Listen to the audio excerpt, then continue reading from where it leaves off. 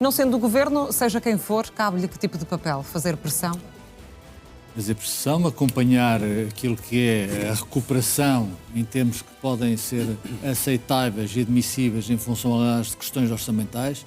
O Governo, o Primeiro-Ministro, já disse que numa primeira avaliação são 4 mil milhões de euros que estão em causa em termos daquilo que foi destruído ou está a ser destruído, e é evidente que o Presidente da República tem aqui um papel essencial, seja que o Presidente da República for, ou seja, não só acompanhar o Governo, fazer pressão e exigir que aquela questão de Portugal, das contas certas, do déficit controlado, do sustento orçamental, é bom que se mantenha esses objetivos, é bom que se cumpram esses objetivos, mas nestas circunstâncias eu penso que as pessoas estão primeiro, ou seja, este Governo tem um desafio enorme pela frente, que é tentar que o país, sobretudo as zonas mais afetadas, recuperem, não só em termos das habitações das pessoas, daquilo que foi destruído, mas também do tecido empresarial. É muito importante. A zona que foi a zona de Leiria é das zonas maior poluição em termos de capacidade empresarial. A parte do PIB português também vem dali e, portanto, isso é um desafio enorme que tem que ser feito contra aquilo que são as regras orçamentais de um governo, que, repito, que são saudáveis para a economia portuguesa. E já há estimativas de apontar para que haja impacto no PIB português por causa justamente desses prejuízos das empresas? Certamente, isso vai acontecer de uma forma muito natural, porque os danos que se verificaram e que ainda eventualmente se podem infelizmente verificar são lesivos do tecido empresarial português naquela região e não só. E há uma questão, deixa-me dizer que há alguns bons exemplos perante uma calamidade desta natureza que de certa forma sobressaem. Repare-se, Águeda era uma cidade, uma localidade fustigada sempre que havia uma cheia. Inundava, a água chegava ao primeiro andar. Houve uma drenagem feita atempadamente, ou perante as circunstâncias que Águeda tinha e que funcionou. Já foi aqui apontado de resto como um bom exemplo, ou seja, por especialistas há que prevenir, também. há que investir. O concluir. anticiclone dos Açores está a subir em termos de geografia europeia, está-nos a proteger menos. Eu percebo pouco disto, mas tenho lido algumas coisas. Estive em Leiria na sexta-feira a ver no terreno por curiosidade e aquilo é absolutamente devastador.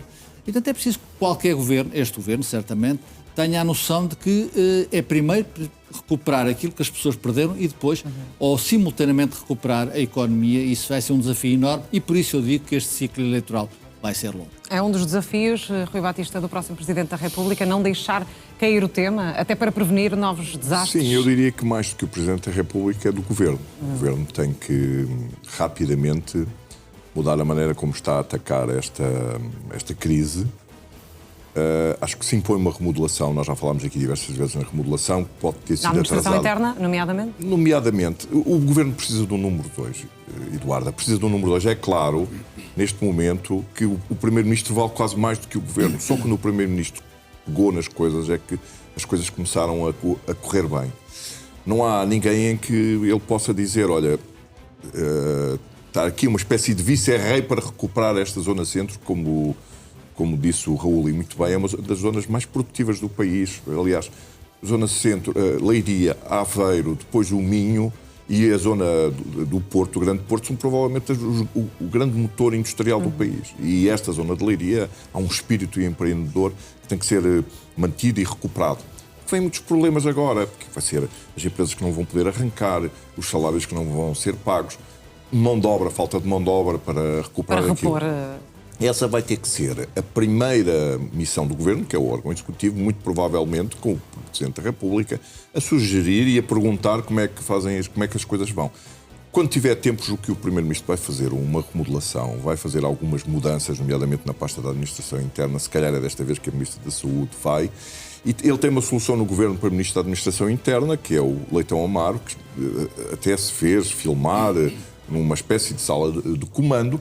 Resta saber se o Primeiro-Ministro neste momento vê o Leitão Amaro. Mas isso não o prejudicou em termos de imagem para depois poder assumir esse pouco, cargo? mas entretanto, no meio de toda a gravidade desta situação, acho que as pessoas já, enfim... Eu acho que o grande problema do Leitão Amaro no Governo é se o Primeiro-Ministro confia nele ou não confia nele. Porque uma coisa é ter um ministro obediente, outra coisa é ter um rival dentro do Governo. depende da maneira como Montenegro encara Leitão Amaro. Se ele encarar como mais uma pessoa para ajudar, Leitão Amaro tem mais de qualidades para... E se calhar é a pasta que ele sempre desejou, que é ser Ministro da Administração Interna. Outra solução, muito provavelmente, é em vez de...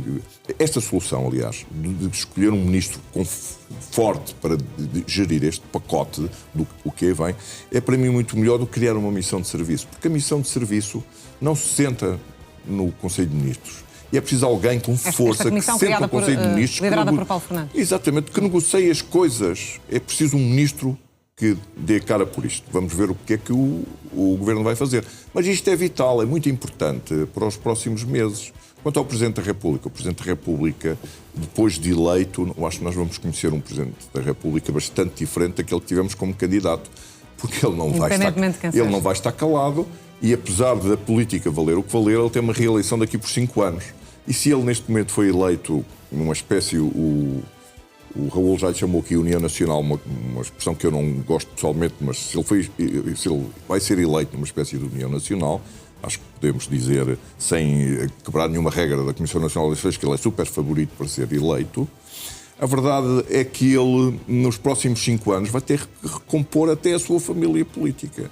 Porque o impacto que ele vai ter não vai ser só na maneira como o Governo vai... governar e executar coisas, mas também na maneira como o PS atual se vai situar relativamente a ele, porque se ele quiser, coisa que eu duvido, ele é o natural líder da esquerda nos próximos 5 anos. Vamos ver o que é que ele vai fazer, o que seguro vai fazer, sendo que vamos conhecer um Presidente da República, julgo eu, substancialmente diferente do candidato.